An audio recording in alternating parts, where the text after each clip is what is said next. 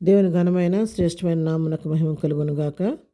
ప్రభువునందు ప్రియమైనటువంటి వారులారా, మన ప్రభువును రక్షకుడైనటువంటి యేసుక్రీస్తు వారి యొక్క శుభనామములో మీ అందరికీ హృదయపూర్వకమైన శుభములు తెలియజేయుచున్నాను. ఉదయకాల సమయంలో దేవుని వాక్యాన్ని ధ్యానం చేసుకుందాము. ఈరోజు వాక్య ధ్యానం కొరకు మనం తీసుకున్నటువంటి లేఖన భాగం పేతురు రాసిన మొదటి పత్రిక 4వ అధ్యాయము 8వ వచనం చదువుకుందాం. ప్రేమ అనేక పాపములను కప్పును గనుక అన్నిటికంటే ముఖ్యముగా ఒకరి ఎడల ఒకడు విక్కుటమైన ప్రేమ గలవారై ఉండుడి. ఇక్కడ భక్తుడైనటువంటి పేతురు మనకి చెప్తున్నటువంటి హెచ్చరిక, ప్రేమ అనేక పాపములను కప్పుతుంది కాబట్టి అన్నిటికంటే ముఖ్యంగా ఒకరి ఎడల ఒకడు మీరు మిక్కుటమైన ప్రేమ గలవారై ఉండండి అని చెప్పి దేవుని వాక్యం ఇక్కడ సెలవిస్తూ ఉంది. ప్రేమ కలిగి ఉండమని ఇక్కడ వాక్యం మనకు సెలవిస్తుంది పిల్లారా. అవును, ప్రేమ అనేది హృదయంలో లేకపోతే ఎదుటి వ్యక్తిని మనం ప్రేమించలేము, వారితో కలిసి సహవాసం చేయలేము, వారితో కలిసి మనం ప్రయాణం చేయలేము. ఒక వ్యక్తి ఎడల మనకు ప్రేమ ఉన్నప్పుడే ఆ వ్యక్తి విషయంలో మనం శ్రద్ధ చూపించగలుగుతాము, వారి అవసరతలో మనం పాలు పంచగలుగుతాము, వారి యొక్క సమస్యల్లో కూడా కొన్నిసార్లు మనం పాలు పంచుకోగలుగుతాం. కాబట్టి మనము ప్రేమ కలిగిన వారుగా ఉండాలని ఇక్కడ భక్తుడు సెలవిస్తున్నాడు. ఎందుకంటే మనం సేవిస్తున్నటువంటి దేవుడు ఆయన ప్రేమ కలిగిన దేవుడు, దయగలిగిన దేవుడు. కాబట్టే ప్రభు యొక్క ప్రేమను బట్టి మాత్రమే ఈ దినాన మనం ఆయనకు స్వకీయ సంపాద్యంగా ఆయన బిడలుగా ఈ లోకంలో జీవించగలుగుతున్నాం. ప్రభు మన పట్ల చూపించిన ఉచితమైన ప్రేమను బట్టి మాత్రమే మన యొక్క అవిధేయతలను పాపాలను మన్నించడానికి ప్రభువారు తనకున్న ప్రేమను బట్టి శిలువ బలియాగంగా మన కొరకు ఆయన చేసేటువంటి త్యాగాన్ని బట్టి మన పాపాలు క్షమించబడి ఆయన రక్తంలో కడగబడి ఆయన బిడలుగా ఈ లోకంలో మనం సజీవులుగా జీవించగలుగుతున్నాం. ఆ ప్రేమకు పాత్రులుగా ఈ లోకంలో జీవిస్తున్నాం.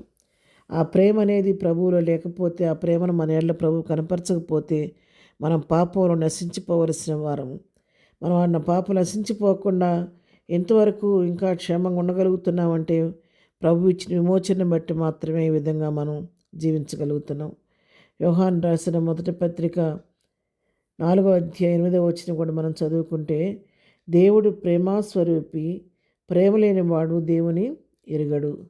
దేవుడు ఆయన స్వయంగా ప్రేమాస్వరూపి. ఆయన ప్రేమాస్వరూపి కాబట్టి ఆయన ప్రేమను మన ఎడల వెల్లడిపరిచాడు. ఎట్లంటే మనం ఇంకనూ పాపమై ఉండగానే ఆయన మన కొరకు తన ప్రాణాన్ని పెట్టి తన ప్రేమను మన పట్ల వెల్లడిపరిచారు. అయితే క్రీస్తు ఎరిగిన మనము, ఆ ప్రేమను పొందుకున్న మనము, ఆ ప్రేమను రుచి చూచిన మనము, ఆ ప్రేమను అనుభవిస్తున్నటువంటి మనము ఆ ప్రేమను ఇతరులకు పంచాలి.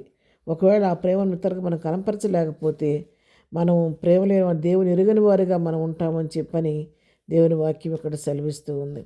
అంతేకాదు ప్రభువారు మరి యోహాను సువార్తలో ఒక మాట సెలవిస్తున్నారు. యోహాను సువార్త 13వ అధ్యాయం 34వ వచనం చదువుకుంటే, మీరు ఒకరినొకరు ప్రేమింపవలెనని మీకు క్రొత్త ఆజ్ఞ ఇచ్చుచున్నాను. నేను మిమ్మల్ని ప్రేమించినట్టే మీరును ఒకరినొకరు ప్రేమింపవలను. మీరు ఒకరి ఏడలో ఒకడు ప్రేమ గలవారైన ఎడల దీన్ని బట్టి మీరు నా శిష్యులని అందరూ తెలుసుకుందరనను. ఇక్కడ చూసారు ఎంత చక్కగా దేవుని వాక్యం మనకు తెలియచేస్తూ ఉందో. దేవుడు ఏం చెప్తున్నానంటే, మీ క్రొత్త ఆజ్ఞ ఇస్తున్నాను. ఆ ఆజ్ఞ ఏంటంటే అది ఏమో విశేషమైంది కాదు, కానీ ప్రేమ కలిగి ఉండటమే ఆ ఆజ్ఞ. ఎదుటివారిని ప్రేమించడం, ఒకరినొకరు ప్రేమించుకోమని నేను క్రొత్త ఆజ్ఞ ఇస్తున్నాను. మీరు ఆ విధంగా నేను మిమ్మల్ని ఎట్లా ప్రేమించానో అట్లా మీరు కూడా ఒకరినొకరు ప్రేమించుకోండి.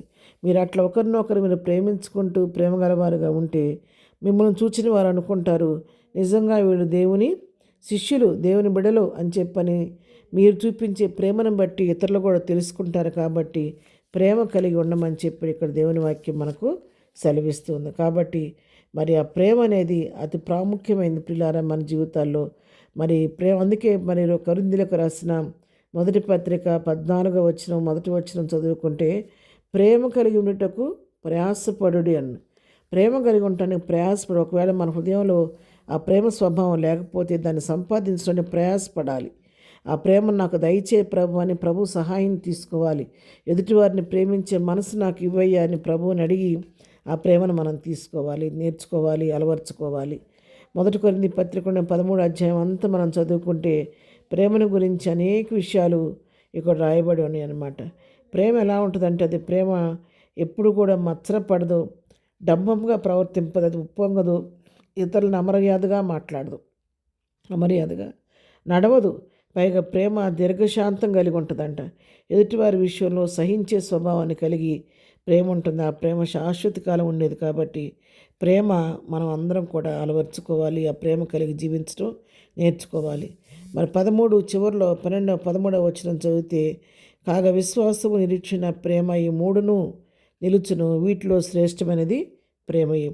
విశ్వాసం కంటే, నిరీక్షణ కంటే కూడా ప్రేమ అనేది చాలా శ్రేష్టమైంది. కాబట్టి అందుకే ఉదయకాలం ప్రభు మనకి ఇస్తున్నటువంటి హెచ్చరిక ఏంటంటే, ప్రేమ కలిగి ఉండండి. మీకు ఒకరి ఏడలో ఒకటి మిక్కుటమైన ప్రేమ గలవారై ఉండండి అని. ప్రేమ అనేక దోషాలను కప్పెడుతుంది.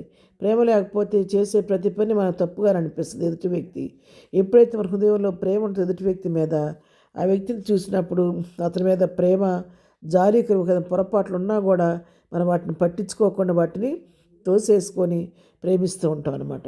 కాబట్టి అటు ప్రేమ కలిగి ఉండటానికి ప్రయాసపడదాము. ఈ ఉదయకాలం దేవుని వాక్యం వింటున్న ప్రియులారా, మీ జీవితంలో మీరు ఎటువంటి స్వభావం కలిగి ఉన్నారో నాకైతే తెలియదు, కానీ దేవుని వాక్యం మీతో మాట్లాడుతుండగా ఒకసారి మిమ్మల్ని మీరు పరీక్షించుకోండి. ప్రేమ కలిగిన వారైతే మిమ్మల్ని బట్టి దేవుని వందనాలు. ఒకవేళ లేకపోతే ఉదయకాలం అంటే ప్రేమను అలవర్చుకొని ఎదుటివారిని మిక్కుటమైన ప్రేమతో ప్రేమిస్తూ ప్రభువు చూపిన మార్గాన్ని చూపిస్తూ ముందుకు సాగిపోదాం.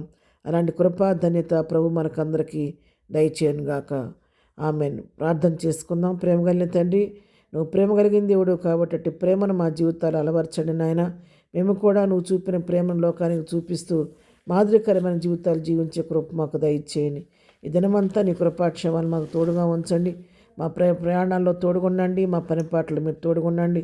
బలహీనలు ముట్టండి, స్వస్థపరచండి. ఎదుటివారిని ప్రేమించే మనసు మాకు అందరికీ దయచేయమని యేసునామంలో ప్రార్థించి అడిగి పొందుకొని ఉన్నాము తండ్రి. ఆమెన్. ప్రభు కృప సదాకాలం మనందరికీ తోడై ఉండి నడిపించును గాక. ఆమెన్.